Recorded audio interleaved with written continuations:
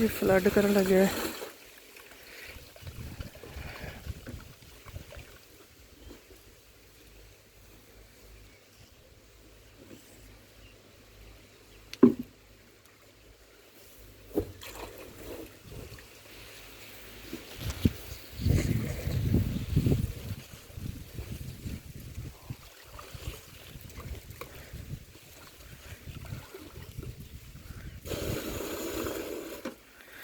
इंशाल्लाह कमाद नूं फ्लड करके दवाई पाने जे।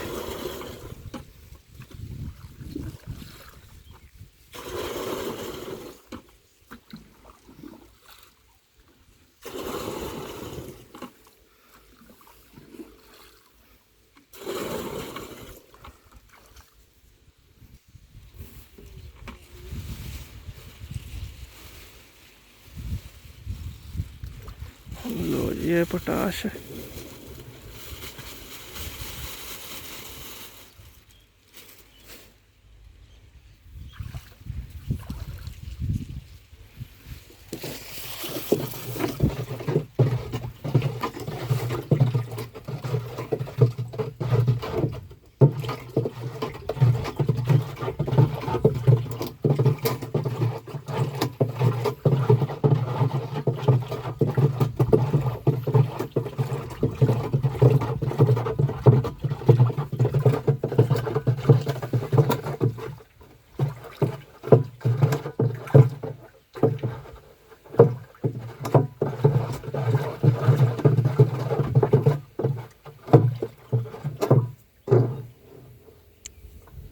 अंदर जाके ज़्यादा ढीली बन जाती है। नहीं ढीली बनती है।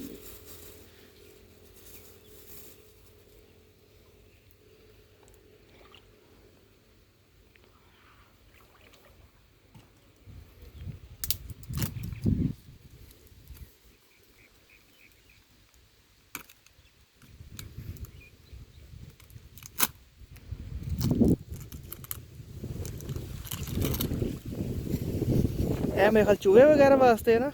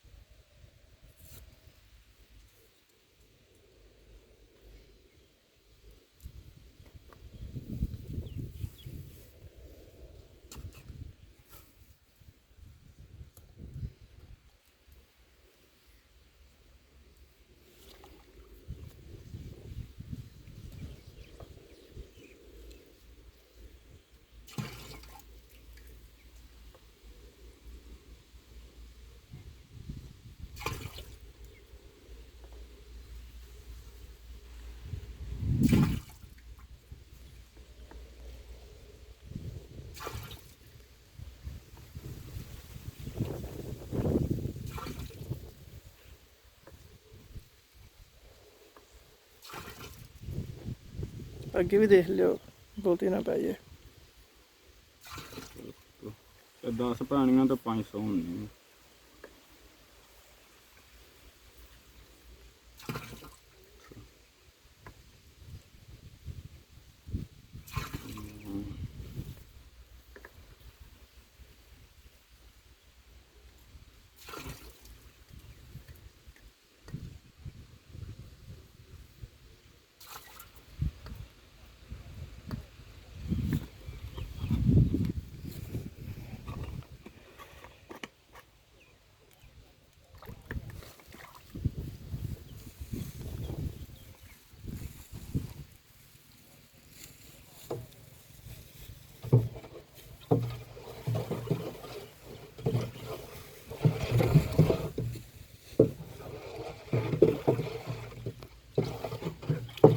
जो पानी में सटीचा ने आपे गल जाना है किहड़ा भी।